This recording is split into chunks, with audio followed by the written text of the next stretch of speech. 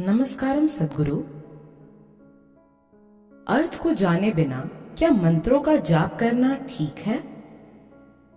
मंत्रों का कोई अर्थ नहीं होता। देखिए, मंत्र के दो आयाम होते हैं। Mantras are not supposed to have any meanings in the tradition.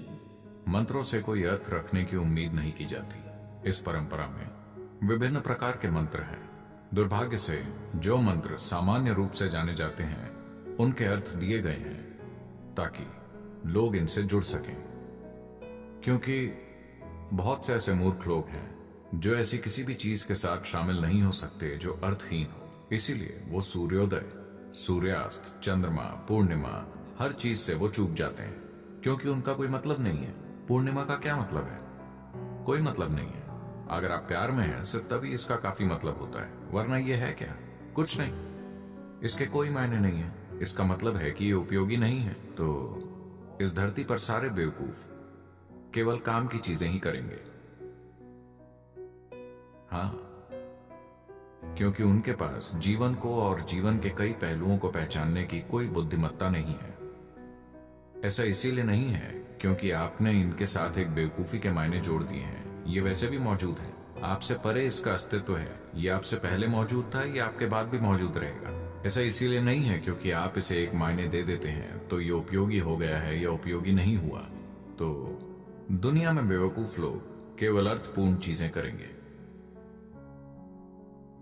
वो बुद्धिजीवी हो सकते हैं लेकिन जीवन के प्रति मूर्ख। उन्हें जीवन की कोई समझ नहीं है। अगर आपके पास जीवन की समझ है तो आप देखेंगे कि वो सबसे अर्थहीन चीजें ही हैं जो वाकई आपको जीवंत रखती हैं। क्या ऐसा नहीं है? नहीं। इसीलिए उन्होंने दो तरह के मंत्र बनाए।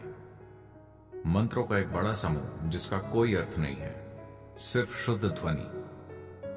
आप हमारे संगीत में भी इसे देखेंगे। यक्ष कार्यक्रम अभी समाप्त हुआ है और हमारे कई लोग जो अर्थ खोज रहे थे वो पूरी तरह से ऊब गए थे, क्योंकि वो 40 मिनट तक आलाप कर रहे थे।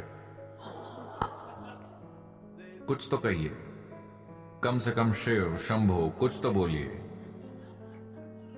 नहीं, टिंग टिंग। वो समझ नहीं पा रहे हैं क्योंकि ये ध्वनि के बारे में है। ऐसा क्यों है कि एक शब्द से जिसका कोई अर्थ है, ध्वनि इतनी ज्यादा महत्वपूर्ण है? अर्थ इंसान के दिमाग में बने हैं। ध्वनि सृष्टि का सार है। अगर आप ध्वनि को स्पर्श करते हैं तो आप सृष्टि को छू रहे होते हैं। अगर आप किसी शब्द को स्पर्श करते हैं तो आप इंसान की सिर्फ मनोवैज्ञानिक संरचना में प्रवेश करते हैं। इंसान की मनोवैज्ञानिक संरचना मुख्य रूप से एक खास तरह का पागलपन है। हम इसका आनंद ले सकते हैं, हम इसका इस्तेमाल कर सकते हैं, लेकिन वास्तव में ये एक खास किस्म की काल्पनिक व्यवस्था है। ध्वनि सृष्टि का एक मूलभूत पहलू है। अगर ध्वनि पर आपकी महारत है तो एक खास तरीके से आपको सृष्टि पर महारत हासिल है, क्योंकि Creation is just a complex amalgamation of sounds. It's the blueprint of creation. सृष्टि ध्वनियों का बस एक जटिल सम्मेलन है। ये सृष्टि का खाका है, लेकिन अर्थ इंसानी चीजें हैं। आप जानते हैं कि एक ही शब्द के अलग अलग भाषाओं में अलग अलग मायने होते हैं। यहां तक कि भारत में भी आप ये जानते हैं, एक ही शब्द के अलग अलग मायने होना इसलिए है क्योंकि ये पूरा इंसान के द्वारा गढ़ा गया है। ध्वनि गढ़ी हुई नहीं है। ध्वनि सृष्टि का हिस्सा है। ध्वनि अस्तित्व का हिस्सा है। ध्वनि सृष्टि के सृजन का हिस्सा है। अभी पूरी सृष्टि एक खास तरीके से स्पंदित हो रही है। आप इसे सुन नहीं सकते, इससे कोई फर्क नहीं पड़ता, लेकिन But the words and meanings are human making. शब्द और अर्थ इंसान के बनाए हुए हैं। सिर्फ एक साजिश के रूप में इसके मायने हैं। जब मैं साजिश कहता हूं तो क्या आप सुनते हैं कि झिंगुर क्या कह रहा है? वो क्या कह रहा है आप नहीं जानते, लेकिन वो बात कर रहे हैं। वो भी आपकी तरह ही हैं। उनमें से कुछ बस ध्वनि पैदा कर रहे हैं, केवल आलाप कर रहे हैं। सिर्फ ध्वनि, केवल ध्वनि का आनंद। सृष्टि का आनंद लेने का एक मायने में मतलब है उसकी ध्वनि का आनंद लेना।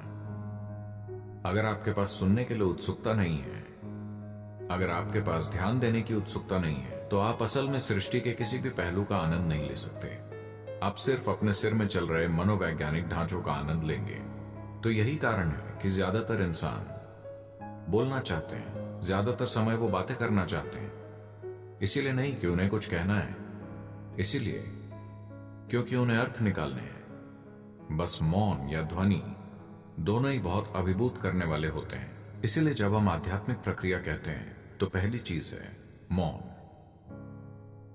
अगर आप मनोवैज्ञानिक रूप से बहुत स्थिर हैं तो हम कह सकते हैं ठीक है 30 दिन का मौन, 60 दिन का मौन। अगर आप मनोवैज्ञानिक रूप से नाजुक हैं तो हम कहेंगे ठीक है 3 दिन। 3 दिन में भी लोग पागल हो जाते हैं। हम कहेंगे ठीक है आधा दिन का मौन, दोपहर तक का मौन। उसके बाद आप बकबक करें। आमतौर पर दोपहर के बाद वो इसकी कमी पूरी कर लेते हैं। आप में से जो लोग बहुत बातें करते हैं, आप जानते हैं कि अर्थ निरर्थक है। आप बस बात कर सकते हैं। बहुत सारे लोग इसमें माहिर हैं। वो बिना किसी मतलब के बस यूं ही बोलते रहते हैं। वो बिना किसी अर्थ के बात करते रह सकते हैं। अब अगर आप एक चिड़िया हैं तो हम आपको माफ कर देंगे। अगर आप ये हैं तो हमारे लिए ठीक होगा। या अगर आप एक संगीतकार हैं तो आपका व्यर्थ ध्वनियां करना ठीक होगा। अगर आप बोल रहे हैं तो आपसे कुछ अर्थपूर्ण कहने की उम्मीद की जाती है। तो मंत्र को कहना नहीं है, बस इसका जाप करना है। जाप के मायने है कि ये जाप ध्वनि का होता है, अर्थ का नहीं। भाषण का अर्थ होता है, शब्दों का अर्थ होता है, लिखित शब्द और बोले गए शब्द। जाप से अर्थ का संबंध नहीं है। जाप बस एक ध्वनि है, एक गूंज है।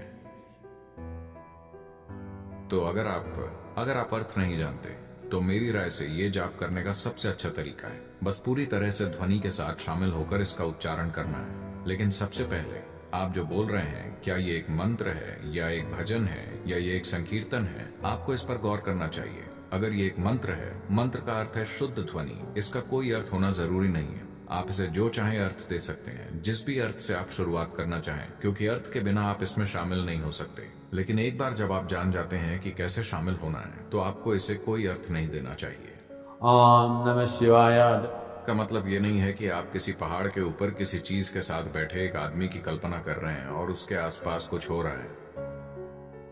नहीं, शुरुआत में अगर यही एकमात्र तरीका है जिससे आप इसमें शरीक हो सकते हैं तो आप शिवकाशी वाले कैलेंडर को देख सकते हैं। ठीक है, एक बार जब आप जान जाते हैं कि ध्वनि के साथ कैसे शामिल हो तो आप इस आदमी से छुटकारा पा लीजिए। उसकी जरूरत नहीं है, वो एक व्यवधान है। मैं लोगों को सम्यमा में बताता हूँ, वो जब करते होते हैं उनका सवाल होता है कि अगर शिव आते हैं तो मैं उन्हें तमामों बार पुकार रहा हूँ, अगर वो आते हैं तो उन्हें अनदेखा कर दीजिए।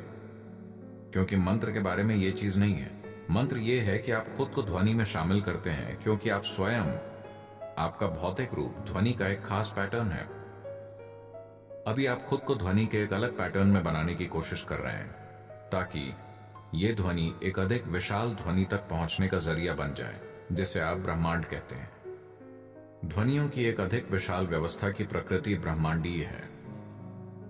अब आप कुछ मौलिक ध्वनियों का एक खास क्रम में उपयोग करते हैं। आपको पता है, तिजोरी में तालों को कॉम्बिनेशन ताला कहा जाता है। तो आपको इसे खोलने के लिए इसका सही तरीका या क्रम पाना होगा। तो मंत्र एक कॉम्बिनेशन है। अगर आप सही कॉम्बिनेशन पा जाते हैं तो ये आपके लिए सृष्टि के अंदर एक द्वार खोल देगा। अर्थ अहम नहीं है। आप इसे जो भी अर्थ देते हैं, कितना भी ऊंचा या नीचा आपको लगता है कि अर्थ अहम है, असल में अर्थ एक गढ़ी हुई चीज है। ये एक मनोवैज्ञानिक प्रक्रिया है। इसका कोई अस्तित्वगत अर्थ नहीं है। No word has any existential meaning. किसी शब्द का कोई अस्तित्वगत अर्थ नहीं है। अभी हम जो भी हिंदी शब्द बोल रहे हैं उसका पेड़ों के लिए कोई मतलब नहीं है। लेकिन अगर आप असल में आजमा सकते हैं, ये प्रयोग किए गए हैं। अगर आप यहाँ बैठकर खूबसूरती से गाते हैं, मैं वो नहीं कर सकता, लेकिन अगर हम यहाँ बैठकर वाकई में गाते हैं ठीक से तो पेड़ फूलों से भरा हुआ है। ये यक्ष के कारण हो सकता है। ठीक है, बारिश ने इसमें मदद की है, लेकिन ध्वनि की शक्ति को कम न समझें। ध्वनि की शक्ति को कम करके ना आंकें। इसका हर चीज पर असर होता है। या अगर आप एक मंत्र का जाप करते हैं तो पेड़ इसका उत्तर दे सकता है। अगर आप संगीत गाते हैं तो ये उत्तर दे सकता है। अगर आप बस एक विचार पैदा करते हैं तो वो इसका जवाब दे सकता है। लेकिन अगर आप बोलते हैं तो ये रिस्पॉन्ड नहीं करेगा। ये पेड़ के साथ सच है, ये चैतन्य के साथ भी सच है।